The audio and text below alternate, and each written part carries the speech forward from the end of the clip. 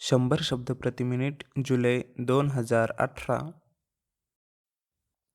लघुलेखन ही एक कला आहे.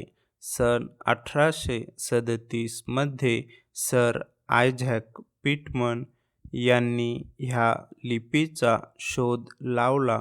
उच्चारशास्त्रावर आधारित ही लिपी असल्याने सुरुवातीला तिला फोनोग्राफी असे संबोधण्यात येत होते. आजपर्यंत सर्व जगभर ह्या लिपीचा प्रसार झालेला आहे.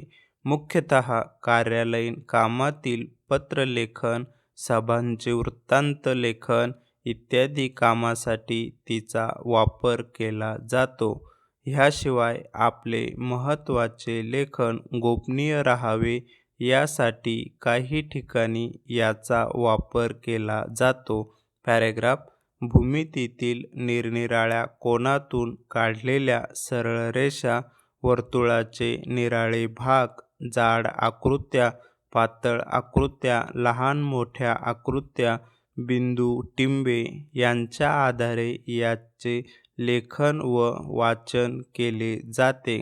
लघुलेखनाच्या अभ्यासक्रमात यावर आधारित निरनिराळे पाठ समजावून घेऊन ही कला आत्मसात करण्यासाठी बरीच मेहनत घ्यावी लागते. कारण संकेताकृती कशा लिहावयाच्या याचे ज्ञान झाले तरी वारंवार त्या गिरवून त्यावर प्रभुत्व मिळवणे ही एक अवघड गोष्ट आहे.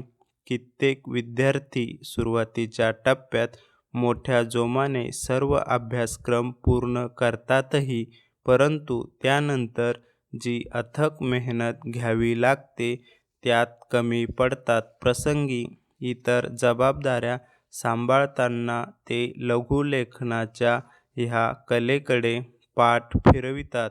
कित्येकांचा समज असा आहे की लघुलेखन शिकताना भाषेवर प्रभुत्व हे असलेच पाहिजे.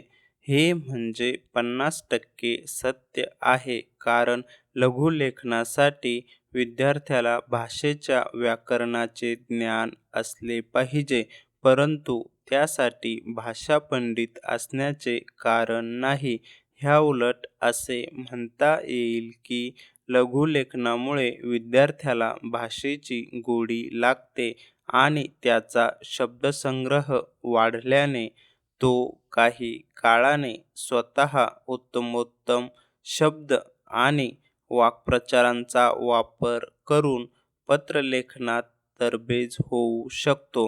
पॅरेग्राफ: लघुलेखनासाठी उत्तम शिक्षक अथवा मार्गदर्शन मिळणे आजकाल दुरापास्त होत चालले आहे.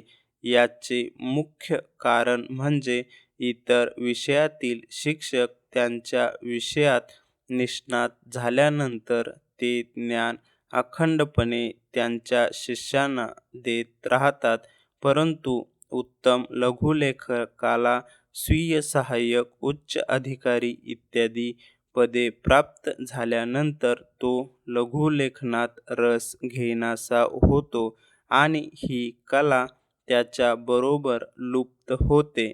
परंतु उत्तम मार्गदर्शकाला अभ्यासू विद्यार्थी मिळाल्यानंतर आणि त्यांनी ही कला आत्मसात करून चांगल्या नोकऱ्या मिळविल्यानंतर होणारा आनंद अवर्णनीय असा असतो. प्रशिक्षित लघुलेखकाचे वेतन उच्च दर्जाचे असते. स्पर्धा कमी असल्याने लघुलेखनाच्या कलेकडे तरुण पिढीने अवश्य लक्ष द्यावे.